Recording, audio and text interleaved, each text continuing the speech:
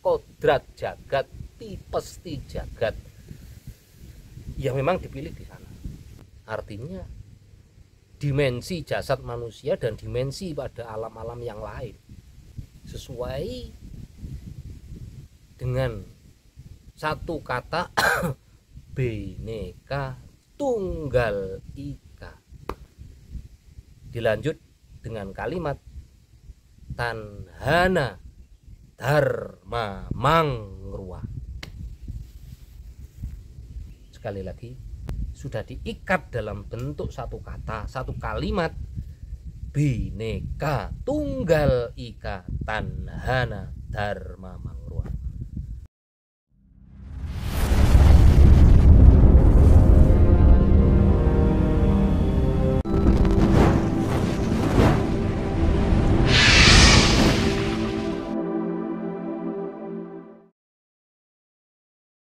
Jenengan lihat, jenengan perhatikan dengan rasa yang terdalam. Pulau Borneo, Pulau Kalimantan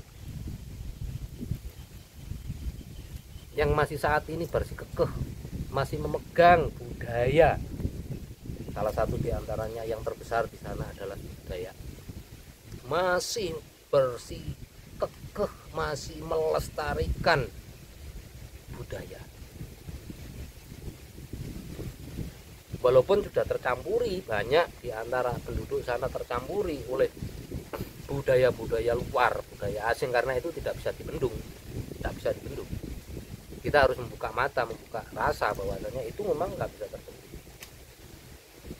Itu kenyataan, karena teknologi, karena pengetahuan dan banyak hal lah yang sudah mengasimilasi, menyampur antara budaya setempat, budaya lokal dengan budaya dari luar.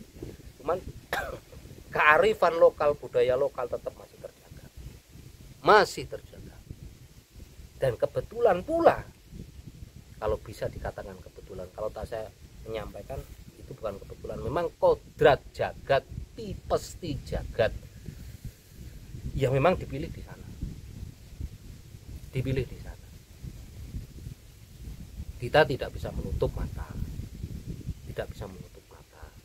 Kejayaan Kutai Kertanegara kayak apa besarnya pada era itu,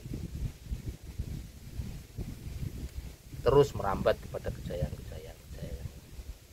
Berbekal dari itu pengalaman yang sudah leluhur kita itu sudah mengajarkan untuk menyatukan kembali, menyatukan visi, menyatukan misi, menyatukan keilmuan, menyatukan banyak hal untuk menjadi satu komposisi pengetahuan keilmuan yang luar biasa untuk mengembalikan yang namanya Nuswantara atau Nuswantoro ini. Apa yang enggak ada di Nuswantoro? Sumber daya alam, semuanya tersedia, dari hal yang paling sederhana sampai hal yang paling rumit. Sumber daya alam tersedia. Untuk mencari keilmuan orangnya, manusianya, sumber daya manusianya, dari orang yang paling sederhana sampai orang yang paling canggih pun ada di Nuswantara. Dan bahkan banyak manusia-manusia Nuswantara yang saat ini di antara dimensi. Artinya dimensi jasad manusia dan dimensi pada alam-alam yang lain, yang mampu untuk melewati hal-hal tersebut. Dan ini akan disatukan, dikembalikan sesuai dengan satu kata Bhinneka Tunggal Ika.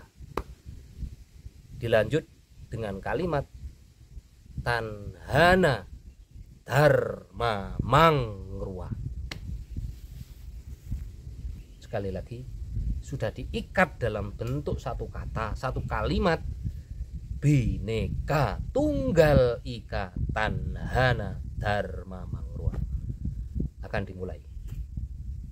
Monggo silakan buktikan, silakan. Bahkan orang-orang luar yang sekarang, budaya-budaya luar yang ingin sekarang menguasai sini, pada saatnya akan tersisih, akan tersisih. Dan ini sebenarnya kita sebagai generasi muda, sebagai menungso sakniki kedai mulai sadar, mulai melek, mboten melek mripate tok, melek atine, melek rasane. Kita bukan dari bangsa yang lemah, bukan dari keturunan leluhur-leluhur yang lemah, tapi dari keturunan leluhur-leluhur yang kuat, dari leluhur-leluhur Nusantara yang luar biasa. Sebenarnya banyak para sejarawan dari luar itu sudah mulai mempelajari, mendetailkan, dan ada semacam fobia, ada semacam ketakutan manakala Nusantara itu bangkit.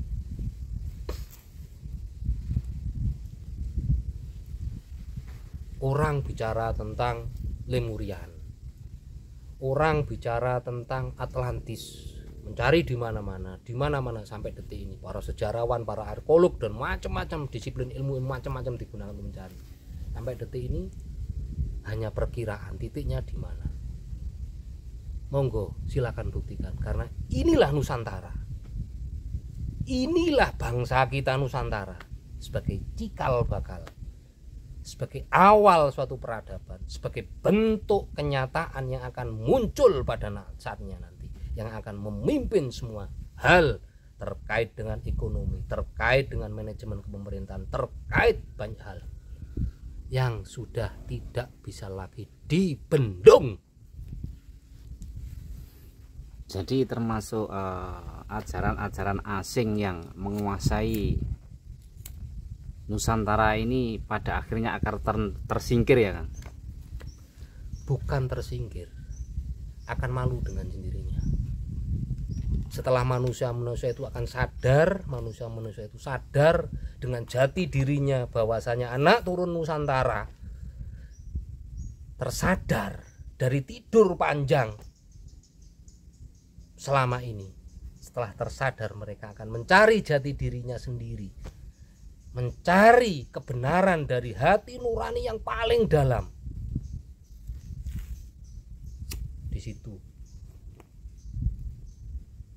titik awal dan mulainya di 2024. Jangan salah, kalau sekarang kita dikepung oleh budaya asing, kepercayaan asing di mana-mana, monggo silakan, hak mereka itu, hak mereka. Tapi yang pasti ajaran leluhur kita Nusantara, bagaimana mengelola pribadi dalam bentuk spirit Nusantara, dalam bentuk peradaban Nusantara, spirit Nusantara, peradaban Nusantara akan tetap beda dengan mereka-mereka. Dan itu sudah pernah diterapkan pada era kerajaan-kerajaan dulu. Pernah diterapkan, mengadopsi dari generasi jauh sebelumnya. Apa yang terjadi? Semuanya makmur, semuanya tentram, semuanya damai, menyatu dengan alam semesta, menyatu dengan alam semesta.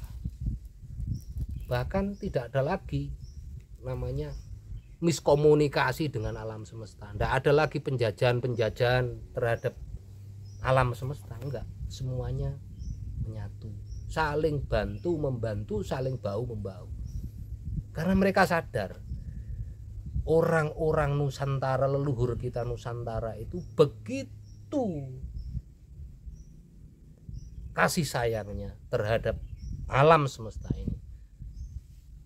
Semuanya berkomunikasi dengan tanaman, dengan hewan, dengan tanah, dengan macam-macam, semuanya diajak komunikasi. Beda dengan orang-orang yang sekarang merasa hebat sendiri, menjadi makhluk yang paling hebat, yang gampang nih bahasanya gitu. Gampang nih, tanpa kula nuwun, tanpa permisi, diambil, digunakan untuk kepentingan kenapsuan pribadi, kenapsuan golongan, dan macam-macam. Beda dengan Nusantara dulu, leluhur kita dulu, yang mereka benar-benar mendasari itu dengan rasa kasih sayang, dengan kesadaran kasih sayang bahwasanya kita ada begitu kecilnya di alam semesta ini yang harus saling menghormati, saling menyatu sesuai dengan kalimat awal, Bhinneka Tunggal Ika. Selama ini tanaman, hewan, dan macam-macam itu kita anggap derajatnya rendah, padahal kita salah. Leluhur kita tidak begitu.